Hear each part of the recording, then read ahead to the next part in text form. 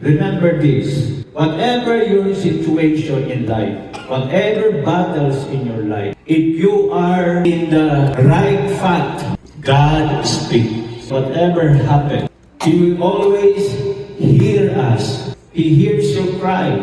He hears your petition. When King Jehoshaphat heard the Moabites and Ammonites came and ready to fight, ready for the battle, and what we can see here in verse 14 and 15. After that he prayed, the Bible said, then the Spirit of the Lord came upon Jahaziel, the son of Zechariah. And he said, listen, all of you Judah, and your inhabitants of Jerusalem, and you King Jehoshaphat, thus says the Lord to you, do not be